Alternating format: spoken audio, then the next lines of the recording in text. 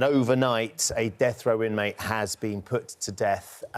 Kenneth Smith, a convicted murderer, has become the first person in America to be executed with nitrogen gas. Yes, it's a method that many human rights groups have branded as barbaric. Lawyer and political commentator Eric Guster joins us now from Alabama. Good morning to you. So this has all happened in the last few hours then. What has been the reaction? Because this has been hugely controversial, hasn't it? And it's the first time in the world that someone has been put to death using this method.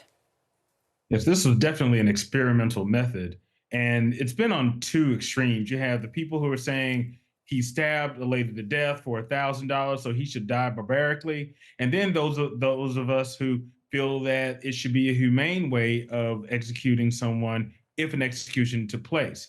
This was an experimental thing. It took 22 minutes for him to die, which is a very long time. And actually, this is the second time that the state of Alabama tried to execute him, because the first time they couldn't find the veins for the needle to try to execute him. So it's been a cluster from the beginning, and they finally called it out.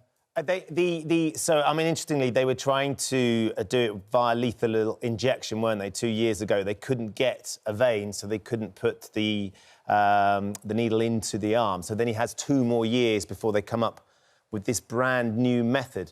I think one of the things I was intrigued by was, even in sentencing, the jury said, we don't believe he should face the death penalty, and yet it was the judge who ignored their request. Is that right?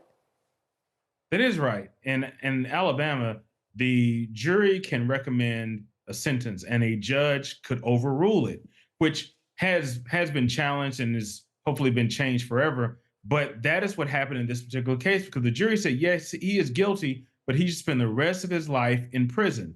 But the judge overruled it and instituted the death penalty. His lawyers have appealed this for decades unsuccessfully, and they finally carried out the execution today.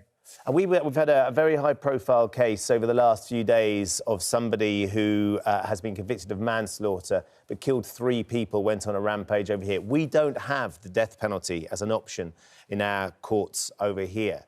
So it's always intriguing for us to hear these cases. Is it still a sort of a popular option with Americans, the chance that they can offer the death penalty in a case like this? And particularly this new form that they use, this nitrogen gas, is there concerns that that's not a humane way of actually passing this sentence and doing the ultimately putting him to death? The major issue for the death penalty is, once someone is dead, you can't bring them back.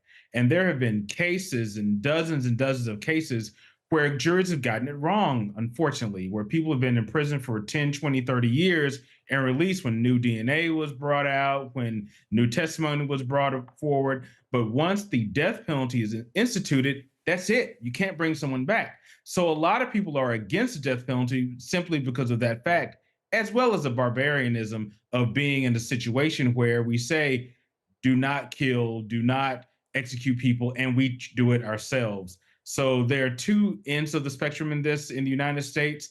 A lot of people are against the death penalty. I am personally against it. But also, you think about the families that if someone happened to a loved one, you would want this carried out no matter what.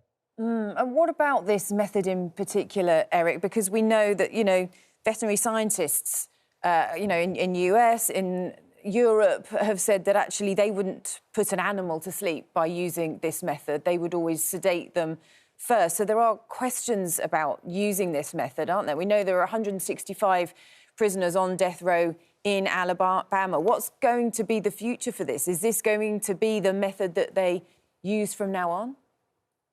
Unfortunately, Alabama is at the bottom of the totem pole on making sense and doing things sensibly. And I am a citizen of Alabama. This method is barbaric. This man choked on his own vomit. He died by choking himself to death because of the nitrogen. So people are really against this. I'm not sure if it will be used again. But remember, this is, like we said earlier, this man, they tried to put him to death 2 years ago and couldn't do it by finding a vein. If you cannot find a vein to put someone to death, then why are you trying to do it anyway? So hopefully this will not be used again. I believe there will be much more challenges in court to stop this, because it is cruel and unusual punishment, which our Constitution protects people from that. But hopefully it won't happen again. OK, Eric Guster, we appreciate you joining us this morning. Eric is a lawyer and a political commentator from Alabama. Jackie, obviously, in light of what we've seen with the case yesterday in Nottingham, people straight away getting in touch. And they're at the sort of more extreme end of the people that get in touch with us. But John on Facebook, he's a murderer, pure and simple, no sentencing long enough.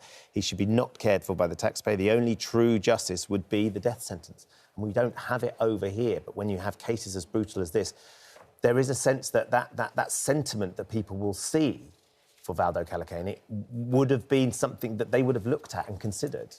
So, of course, we have, in the relatively recent past, had the death penalty in the UK, and there were some pretty high-profile errors of judgment and people who were subsequently found to be innocent who were killed. So first of all, I take the argument that you can't bring somebody back if you've made a mistake.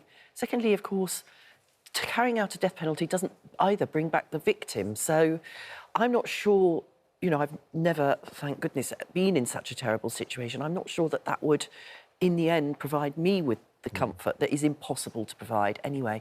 I'm very pleased that we're now a country that doesn't have the death penalty. It's an interesting political challenge, of course, because, I mean, I haven't seen the most recent polling, but for some of my political career, it was certainly the case that probably if you did a referendum, the British people would vote for the death penalty, and yet parliamentarians for very many years now have been very clear that that's not something that they want to reintroduce back into the country. And I'm pleased about that. I think it says something about the nature of a country that is willing to put people to death. I think the polling on this now shows a minority of people wanting to bring back the death penalty. So it's shifted, yeah. But 10 years ago, that would have been different. And when you hear testimony like Eric's talking about what happened in Alabama overnight, that they're trying to find a way of putting this guy to death, and even then, it sounded like it was excruciatingly painful for him and uncomfortable, and certainly uncomfortable to watch. It's a strange thing for us to consider. It is. I mean, there is no humane way, really, of doing this, I suppose. But, I mean, when we put a dog to sleep at the end of its life, it's sedated before the real injection goes in. You think, well, is there no way like that they can do it? But I suppose to sedate someone, you have to find a vein. And, I mean, when I do blood tests for my diabetes, they can never find a vein, so I have to have it done through my hands. So, I mean, this is quite common that you can't find a vein. Yeah. But, I mean, in your report earlier, it was said that when you inhale this, what's it called, Nitrogen gas, it puts you out after 3 seconds. But clearly, then the next part of the procedure, if you're then sick, you don't know you're being sick, I suppose. But, I mean, it does seem a bizarre way to do it. Yeah. Very traumatic, and particularly because for him, who had a botched attempt to do this 2 years ago, and he's been in that limbo, hasn't it? But obviously it sounds like there's no plans to change that system in the US anytime soon.